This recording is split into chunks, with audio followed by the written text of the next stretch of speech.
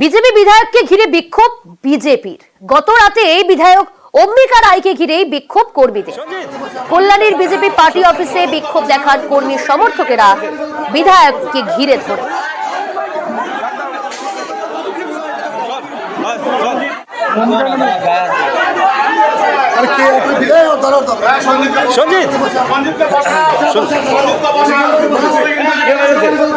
রঞ্জিত রয়েছে আমার সহকর্মী। রঞ্জিত, বিক্ষোভ করছেন কর্মী সমর্থকেরা বিজেপি বিধায়ককে ঘিরে ধরে। কর্মী সমর্থকদের কি দাবি, কি কারণে এই বিক্ষোভ?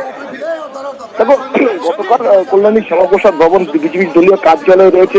সেই কার্যালয়ের মধ্যেই কিন্তু একেবারে উত্তেজনা পরিস্থিতির সৃষ্টি হয়। কারণ বিজেপি বিধায়কের বিরুদ্ধে যে অভিযোগ, তিনি বহিরাগতদের নিয়ে এসে হঠাৎ করেই পার্টির অফিসে আসেন এবং সেখানে এসে কর্মী সমর্থকের সাথে উত্তেজনা অশান্তি সৃষ্টি করেন এবং এমনকি কর্মীদের নেতৃত্বকে মারধর করার অভিযোগ ওঠে বিজেপি বিধায়কের বিরুদ্ধে এবং তার নেতৃত্বে মারধর করা এবং অশান্তি সৃষ্টি করার অভিযোগ ওঠে।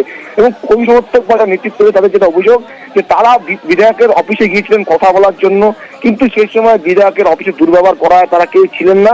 তারপর যখন তিনি অফিসে আসেন সেখানে এসে কিন্তু বহিরাগত নিয়ে এসে অশান্তি সৃষ্টি করার ফলে কিন্তু এই উত্তেজনা তৈরি হয় এবং একজনকে মারধর করা হয়, তাকে রাতে হাসপাতালে নিয়ে চিকিৎসা করানো হয়। বেশ রঞ্জিত, তুমি সঙ্গে থাকো। কর্মী সমর্থকরা কি অভিযোগ তুলছেন শোনাবো আপনাদের। 90-80 জন এরকম লোক এসে পুরো মদ্যপ অবস্থায় ছিল, এমনকি তাদের নেতৃত্ব দিচ্ছিল এমএলএ এসে জিজ্ঞাসা করলো কে কে গেছিল আমার অফিসে। এই বলে আমাদের মন্ডল সভাপতিকে মারধর করতে শুরু করলো। সঙ্গে আমাদের যুব জিএস সেখানে একটু ওখানে প্রোটেস্ট করতে গেল, তাকেও মারলো।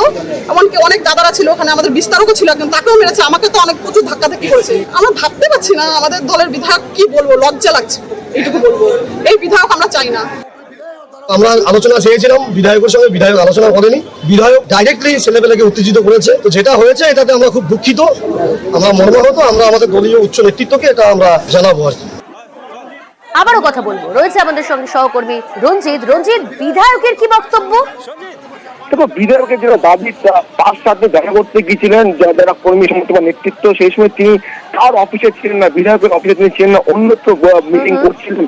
ফলে তিনি যখন এখানে আসেন, যাদের অভিযোগ রয়েছে যে তার অফিসে গিয়ে যারা গিয়েছিলেন তারা দুর্ব্যবহার করে আসে, তাদের সাথে উত্তেজনা মনে বাক্য বিনিময় হয়। এরপর তিনি বিষয়টি জানতে বা তাকে যখন ডাকা হয়েছিল পার্টি অফিসে, সেখানে এলে কিন্তু অশান্তি সৃষ্টি, তার সাথে যারা ছিলেন তাদের সাথে বাক্য বিনিময় উত্তেজনা পরিস্থিতি তৈরি হয়।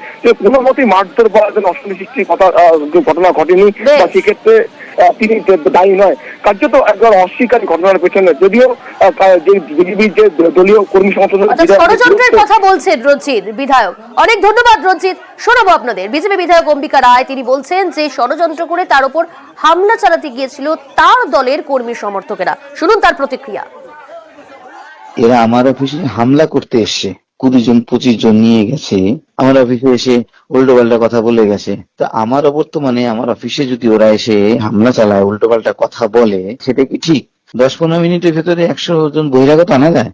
এই ধরনের স্টেটমেন্ট দিয়ে এরা কি করতে চাইছে? কোনো হামলা চালানোর কোনো প্রশ্নই আসে না। কিছু কর্মী আছে, তাদেরকে যদি উল্টো পাল্টা বলে, ওরা বলেছে যে বহিরাগত সমস্ত উল্টো পাল্টা বলেছে, তখন তারা ক্ষিপ্ত হয়ে গেছে। আমি ওখানে হামলা চালানোর কি আছে? আমি তো গেছি তাদের সাথে কথা বলতে।